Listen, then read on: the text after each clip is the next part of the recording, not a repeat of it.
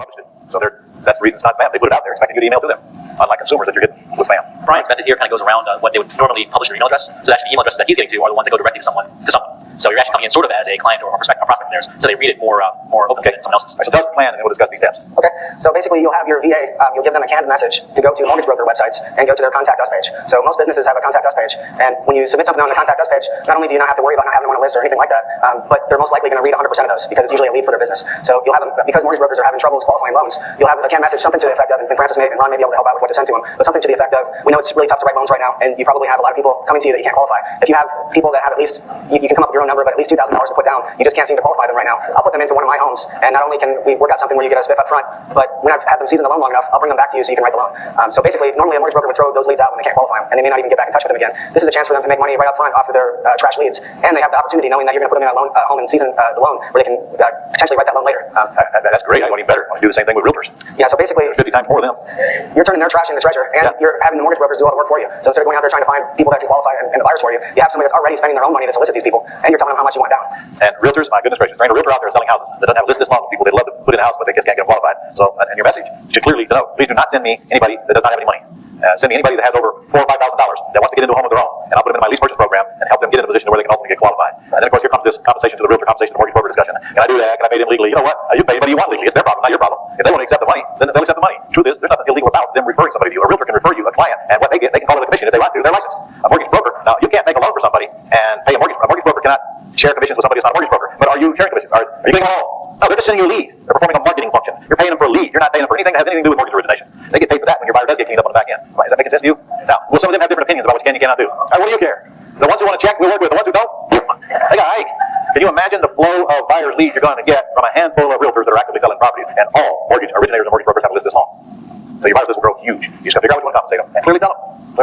That's a great idea. So now, how do I find the list first? How do I find the list of mortgage brokers to email to? So basically, you'll have your virtual assistants use Google Maps. And Google Maps? Yeah, you'll tell them, I want to have you locate mortgage broker sites within a certain mile radius. So you'll tell them how far. Google Maps will locate people on a... What do you care where they're at? Well, I guess it doesn't matter. Doesn't it? I mean, I would start as close as long as they're in the city, doesn't make any difference where they're at. So they just log in. They log into Google and type in mortgage brokers and go through the list of Google Maps. It starts... I don't understand what Google Maps has to do with getting the list, since I'm not area specific now. It'll just pull the city, everyone in the city. It's just starting close. You can go as far wide so tell me exactly what to do. I know how to punch up Google Maps. I can get that far. Okay, now what? I wish I had a computer up here. Yeah, get to Google Maps, now what? The keyword's basically mortgage brokers Jacksonville. Okay, so I go to keywords and I put in mortgage brokers Jacksonville. Actually, it should be mortgage brokers, mortgage originators, mortgage processors. Each one of those will be an individual search. So mortgage originator Jacksonville, mortgage broker Jacksonville, have your VA do that one at a time. And then it pops up a list. Correct. And then, of course, if I go to the site, there's a contact us. Yes. And your VA puts the same message in every single one. With a little grunt work involved, right? But only once. Only about once a month. And by the way, when they do it the first time, they're going to keep the list, so they just go back and do it a month later again, right? God, you guys ain't going to be able to handle leads from just this alone. Like, we just quit. Let's sell houses. Let's go home. Huh? The most important thing is when you submit your email to these people, to these brokers, whoever you're going after, is to make sure it sounds personal. You cannot have it sound like a canned spam message that someone's copying and pasting. So that's a little bit of copywriting. Maybe your VA takes a look at their website, inserts their name, things like that to make it sound personal. Because if it looks like a spam message, they're going to hit the lead because that form gets used by spam. Well, if their name is published on the site, the person you're emailing to just have the VA say, hey, John. Hey, John, thanks for putting the site up. Maybe mention something on the site that caught their eye, why they want to work for them. If they have accolades on the site, have your VA kind of insert that accolade in that message. But the main content of that message stays the same. It's exactly what the purpose is. Yeah, and I don't think it has to be that personal. I mean, if they know you're in their city and that you're looking for buyers in their city, well, I'm not concerned, that's personal enough. And they'll certainly respond. All right, anything else? No, I just wanted to add that this works so well because your open rate is nearly 100%. Because normally these are leads coming in their site, and they're getting an increase in their income for not doing anything different than what they normally would. So it's like a no-brainer for them to give you these leads. And while you're at it, I'd have your VA take the same list and do a follow-up 3 days later. Say, hey, haven't heard from you yet. Did you get my email? And I'll have it threaded so it's on top of the email you sent 3 days earlier. You guys with me? Got it? Pretty good stuff, eh? All right. Any other? If you're selling client to have your VA, you can also call as well. The phone number's there. Obviously, I'll respond to an email. So that's another way to do it multidimensionally. I'm going to put you on the spot the other day. I might put you on the spot today, too. Okay, I'm building an email. First of all, I've got a simple site set up where I can capture names of potential buyers, and I got a simple sheet on there where they can put in the information of what they're looking for, how much money they got, and how much they want to pay per month, and their email address and their phone number. That's pretty much all I care about, to tell you the truth. All right, now I'm going to load that site up with buyers. I want 500 people on my list, and I'm going to give you 5 days just because I'm generous. After which time you're dead. What am I going to do? I'm going first. Okay, he's going first. He's learning. Testing. Good. Yeah. I'm going first this time because I learned my lesson yesterday. Or on Friday. But the first strategy I would use for local buyers is probably press releases. Press releases? Using press release. So if you weren't here on Friday, what a press release is a website that allows you to create a sort of an article or a document that you would get out to the media. And there's several free press release sites. The one I'll give you right off the top of my head, probably the most powerful one, is prlog.com, or .org, I'm sorry, prlog.org. prlog.org. Okay. And this will allow you to write about 500 word press release about what your service is. And this press release will be about how we are catering to all of those people who can't get qualified for loans, and 82% of the people cannot qualify for loans and want to buy a house. We do not believe that should stop them from buying a house. We understand that if they watch their credit does not make them bad people, and we're on a mission to get people into houses and turn this economy around. All right, that's the press release. That's it. That's the press release. So Okay. exactly what Ron said, put that in your press release, talk about your local area, and have everything go to your squeeze page. Now, if you don't want to use a free tool, I would Page, stop now. This is a real estate class. That's right. Okay. Your lead capture page where you're getting their information that you already I just described. That Ron just described, exactly.